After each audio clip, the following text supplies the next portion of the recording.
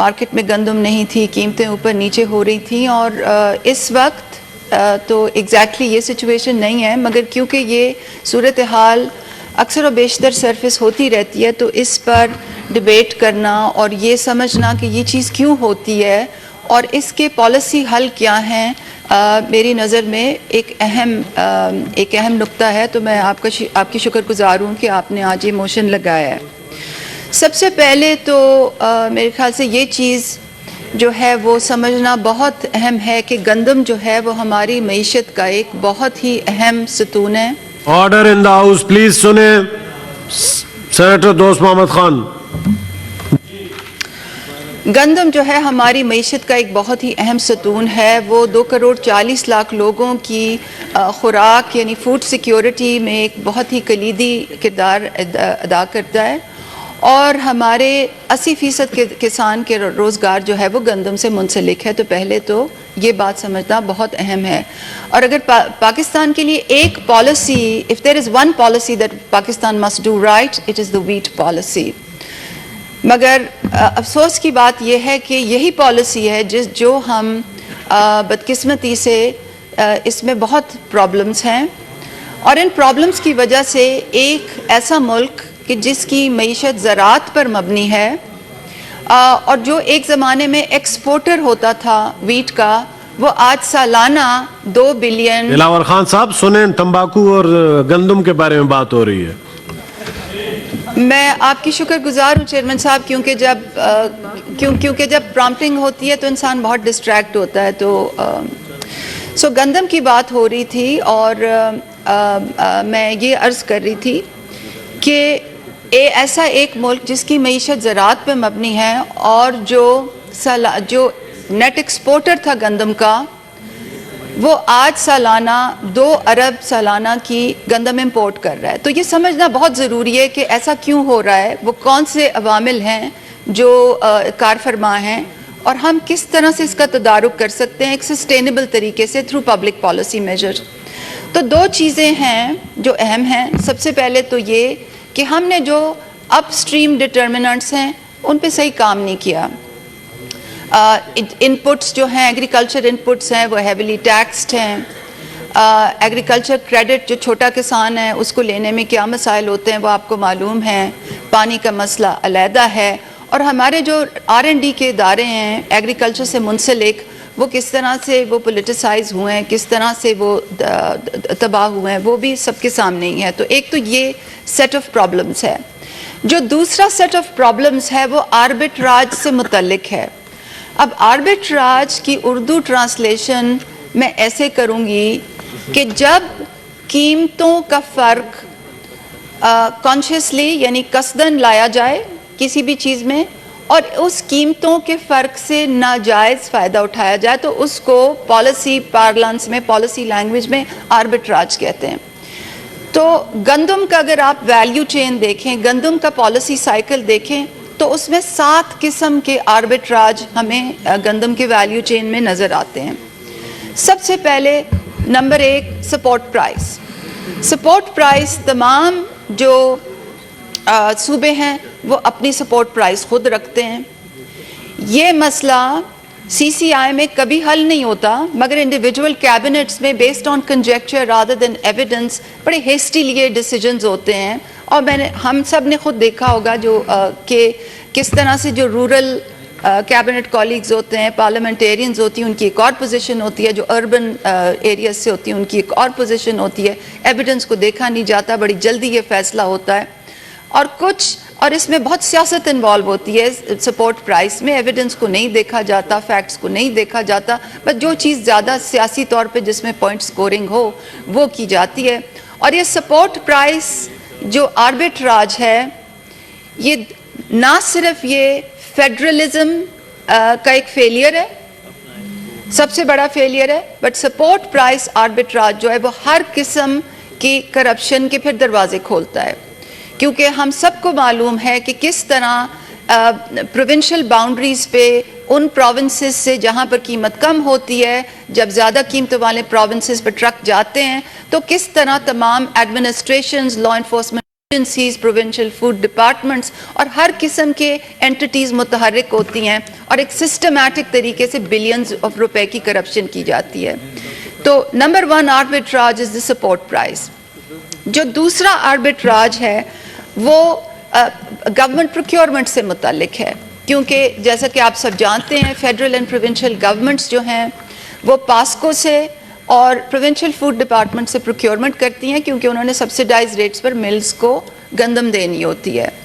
अब पास्को जो है that is backstopped by SBP and finance division guarantees, मगर जो प्रोविंशियल डिपार्टमेंट्स हैं वो कमर्शियली लोन रेज करते हैं। और इस वक्त पंजाब का जो वीट के मद में जो डेट है, जो सर्कुलर डेट है, वो तकरीबन 700 अरब को टच कर रहा है। तो हमने इस पॉलिसी के ज़रिए एक तो हुकूमत की ट्रेजरी को नुकसान पहुंचा रहे हैं और दूसरा एक बड़ी अनसस्टेनेबल तरीके से हम एक अनटारगेटेड सब्सिडी दे रहे हैं। तो ये दूसरा आर्बिट्राज है। नंबर तीसरा आर्बिट्राज है जो वो गोदामों में होता है। अब सारे अक्सर गोदाम जो है वो प्रोविंशियल फूड डिपार्टमेंट्स वालों के हैं। अब वहाँ पर किस किस्म की कोलूजन और करप्शन होती है, वेटेज के मद में, पिलफ्रिज के मद में, गोस्ट स्टॉक्स के मद में, क्योंकि कोई ट्रैकेबिलिटी जो है, ट्रेस एंड ट्रैकेबिलिटी, डिजिटाइजेशन जो बड़ी सिंपल चीज़ है इस लेवल पे लगाना, वो बिल्कुल नापैद है यहाँ। चौथा जो प्रॉब्लम होता है वो मिल्स के लेवल पे होता है। अब 4-5 उंगलियाँ बराबर नहीं हैं, कुछ मिल ओनर्स बहुत अच्छे भी होंगे, आई एम श्योर होंगे, पर जो जनरल ट्रेंड ये है कि जो सब्सिडाइज आटा उनको मिलता है उसकी कोई ट्रेस एंड ट्रैकेबिलिटी नहीं है, कोई डिजिटाइजेशन नहीं है। जो मिल लेवल पे जो करप्शन होती है वो एक और है कि किस तरह से वो ना सिर्फ वैल्यू एडिशन के परमिसिबल लेवल्स को अब्यूज़ करते हैं, ना सिर्फ वेट में कॉम्प्रोमाइज़ डालते हैं, बल्कि जो करप्शन होती है, जो कोलूजन होती है, सब्स बैग, सब्सिडाइज आटा वर्सेस कमर्शियल आटा, वो एक और लेवल का प्रॉब्लम है, क्योंकि हमने एक प्राइस डिफरेंशियल रखा हुआ है, एक आर्बिट्राज हमने इंट्रोड्यूस किया हुआ है। पांचवा है जो करप्शन वीट पॉलिसी साइकिल में, वो रिटेल लेवल पे होती है। और रिटेल लेवल पर जो सब्स थैले होते हैं, किस तरह से उनको वाइट थैलों में तब्दील करना, उसकी एक पूरी इकोनॉमी है।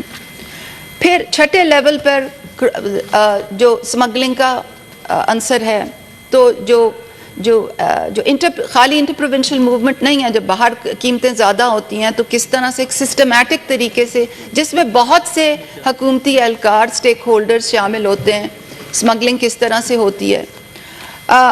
और 7वें नंबर पर आर्टिफिशियल शॉर्टेजेस, जो होर्डिंग, अगेन बड़े सिस्टमैटिक तरीके से जो होर्डिंग होती है। तो चेयरमैन साहब, हमने वीट पॉलिसी साइकिल पर में एक करप्शन का एक निज़ाम इस मुल्क ने खड़ा किया हुआ है। And let me remind you, 2 crore 40 lakh लोगों की फूड सिक्योरिटी का जामिन, 80% किसानों की रोज़गार का जामिन, हमारी मईशत का सबसे बड़ा पिलर। और उस पॉलिसी साइकिल में हमने जिस तरह की करप्शन, कोलूजन, आर्बिट्राज इंस्टीट्यूशनलाइज किया हुआ है, उसकी वजह से 2 किस्म के प्रॉब्लम होते हैं। एक तो ये कि लोगों को ज़्यादा कीमत देनी पड़ती है, वक्तन फवक्तन आटे की कमी और कीमतें चढ़ जाती हैं, और आर्टिफिशियल शॉर्टेजेस होती हैं। दूसरे तरफ जो इम्पोर्टर्स की जो लॉबी है वो इससे बहुत प्रॉफिटियर करती है और इम्पोर्ट सब्सिडीज़ तक लेती है, जिससे मुल्क की ट्रेजरी को नुकसान होता है। तो इस तमाम खेल में प्रॉफिट कौन करते हैं? मिल ओनर्स करते हैं, होलसेलर्स करते हैं, इम्पोर्टर्स करते हैं, कमर्शियल एंटिटीज़ करते हैं, बहुत सी कैटेगरीज के हुकूमती एहलकार करते हैं। और ये बिजनेस पॉलिटिशियन नेक्सस जो है ये और फर्दर होता है, लोगों को ज़्यादा प्राइस देनी पड़ती है और मुल्क की ट्रेजरी का नुकसान होता है। ब्रीफली हल क्या है? मसले तो मैंने आपको बताया कि कितना अहम ये मसला है, कितनी अहम पॉलिसी है, और जो वीट पॉलिसी साइकिल में जो इश्यूज हैं वो भी बताएं, मगर हल क्या है? इसका हल 3 pronged है और बड़ा आसान हल है अगर कमिटमेंट हो। नंबर 1, वीट को मार्केट पे छोड़ दें। یہ جو انٹر پروونشل ٹریڈ پہ ہم نے کربز لگائے ہوئے ہیں. And let me remind you that in a federal polity where trade of services and goods is guaranteed by the Constitution, it is unconstitutional to put curbs on the trade of goods. تو اس لیے یہ wait کی inter provincial movement پہ کوئی قبض نہیں ہونے چاہیے, but with tight border controls and with tight enforcement, تاکہ ہورڈنگ ڈومیسٹکلی نہ ہو اور انٹرنیشنل بارڈر سے اس کی موومنٹ باہر نہ جائے. نمبر 1. سیکنڈلی, جو گورنمنٹ کا رول ہے وہ صرف کنفائن کرے کہ اپنے اسٹریٹجک ریزروز رکھے, R&D میں انویسٹمنٹ کرے, انفورسمنٹ پر فوکس دے, اور کچھ بڑے جو امپورٹنٹ ڈیجیٹائزیشن انیشیٹیوز ہیں جیسے کہ جو ویئر ہاؤس ریسیٹ سسٹم ہے اس کو فورسفلی انسٹیٹیوشنلائز کرے. اور نمبر 3 یہ ہے کہ جو ان ٹارگیٹڈ سبسڈی کا ایگزسٹنگ نظام ہے اس ان ٹارگیٹڈ سبسڈی کو ہٹا کر اور ٹارگیٹڈ سبسڈی جیسے کہ ہم نے اساس راشن رعایت میں کی تھی اس کو لارج اسکیل پہ انسٹیٹیوشنلائز کیا جائے. اور جب اساس راشن رعایت کو کنسیپچولائز کیا تھا, فاسٹ ٹریک بیسس پر اس کو امپلیمنٹ کیا تھا, تو اس کا پالیسی ریشنل یہی تھا کہ ہم یہ جو ویٹ سائیکل ہے اس میں یہ ڈسٹورشنز جو ہیں ایلیمینیٹ کریں اور یہ انسسٹینیبل سبسڈیز جو ہیں وہ ہٹائیں اور اس میں ایفیشنسیز لے کے آئیں. تو بہت شکریہ آپ نے ٹائم دیا. I think that this is a problem that can be fixed, مگر اس کے لیے ہمیں بڑی سیریس ایک کمٹمنٹ چاہیے for some very drastic policy measures, some very positive and drastic policy measures. Thank you chairman. G